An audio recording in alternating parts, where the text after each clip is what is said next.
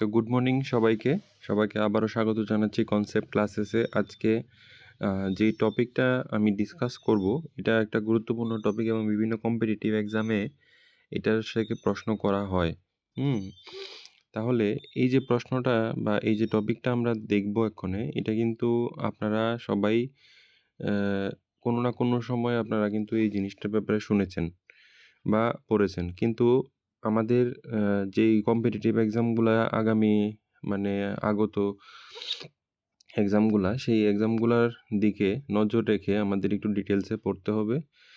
এই যে কনসেপ্টটা সেটা হলো গিয়ে মাইকোরাইজা সম্পর্কিত।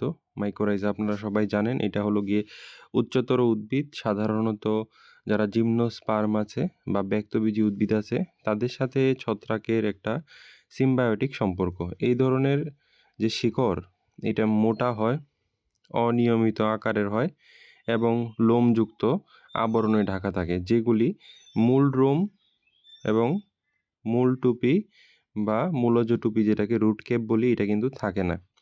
তার মানে এখানে মনে রাখতে হবে মাইকোরাইজা একটা শিকড়ের সাথে বা মূলের সাথে যুক্ত একটা অনিয়মিত আকারের লোমশ গঠন, যার মধ্যে মূল রোম থাকে না এবং মূলজ টুপি থাকে না। মূলজ টুপি আপনারা জানেন রুট ক্যাপ কার মধ্যে থাকে। রুট ক্যাপ কিন্তু নর্মালি উদ্ভিদের যে মূলের অগ্রাংশে থাকে, কিন্তু আরেকটা জিনিস মনে রাখতে পারেন, কোনো জলজ উদ্ভিদে মূলজ যে টুপি বা রুট ক্যাপ এটা থাকে না। এটার পরিবর্তে যেটা থাকে সেটাকে বলা হয় রুট পকেট, ঠিক আছে, ভাসমান উদ্ভিদে। এই সহাবস্থানে ছত্রাক উদ্ভিদের শিকড় এবং শিকড়ে হয় অন্তঃকোষীয় বা বহিঃকোষীয় বসবাস করতে পারে। মানে ছত্রাক এই ক্ষেত্রে কোষের ভেতরেও প্রবেশ করতে পারে, কোষের বাইরেও থাকতে পারে, ঠিক আছে, মাইক্রোরাইজার ক্ষেত্রে। এই পারস্পরিক সহযোগিতামূলক সম্পর্ক ছত্রাককে উদ্ভিদের ফটোসিনথেট থেকে নিরবিচ্ছিন্নভাবে কার্বন জাতীয় খাদ্য সরবরাহ করে। মানে উদ্ভিদ যার সাথে সম্পর্ক স্থাপন করেছে মাইক্রোরাইজা ছত্রাক, সেই উদ্ভিদ তাকে কিন্তু খাদ্য গ্লুকোজ হিসেবে পরিবহন বা কি করবে, সরবরাহ করবে।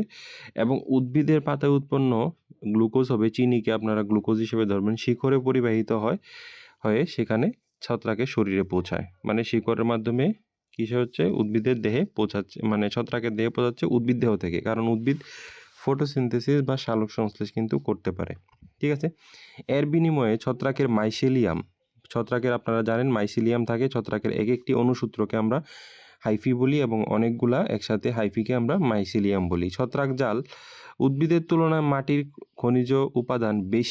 থেকে খনিজ উপাদান বেশি পরিমাণে, প্রধানত সালফার এবং ফসফেট, ঠিক আছে, প্রধানত সালফার এবং ফসফেট জাতীয়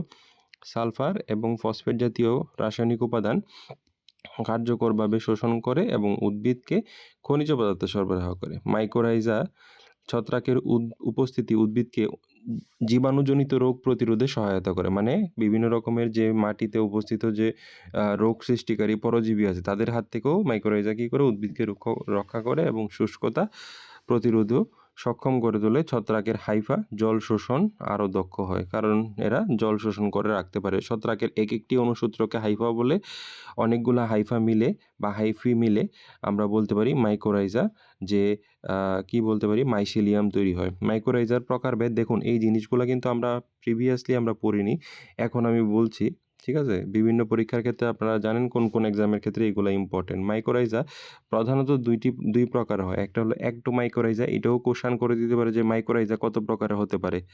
একটা হলো গিয়ে অ্যাক্টোমাইক্রোরাইজা, একটা হলো গিয়ে এন্ডোমাইক্রোরাইজা। তো এই দুইটার মধ্যে পার্থক্য কি? এন্ডোমাইক্রোরাইজা আর একটা নাম আছে ভাস্কুলার মাইক্রোরাইজা, ঠিক আছে, এটাও পরীক্ষাতে আসতে পারে, ভাস্কুলার মাইক্রোরাইজা। অ্যাক্টোমাইক্রোরাইজা দেখুন নাম থেকেই বোঝা যায়, অ্যাক্টো মানে বাইরে, এন্ডো মানে ভেতরে, তাহলে যে কোনো কিছু স্ট্রাকচার ভেতরে বা বাইরে আছে।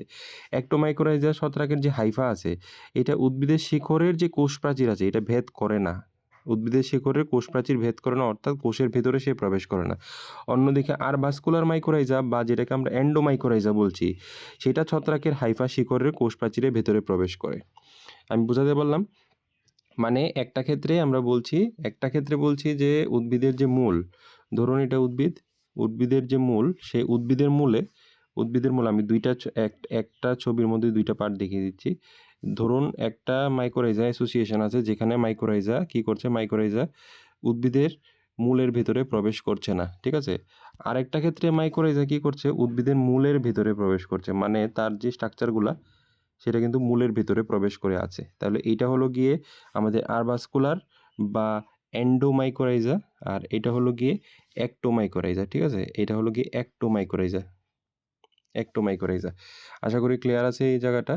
তো এই পার্টগুলা আমি আস্তে, আস্তে আপনাদেরকে আপডেট করতে থাকবো, যে এই পার্টগুলা থেকে বিভিন্নভাবে দেখুন, বিভিন্ন কম্পিটিটিভ এক্সাম বা আপনারা জানেন যে এখন আগত যে ত্রিপুরা শিক্ষক রিক্রুটমেন্টের বা টিচার রিক্রুটমেন্টের যে প্রসেসগুলো আছে, তাছাড়াও বোর্ডের বিভিন্ন রকমের যে কোয়েশ্চেনগুলো আসে, এইগুলা কিন্তু এখন ভেতর থেকে প্রশ্ন করতে পারে, ঠিক আছে?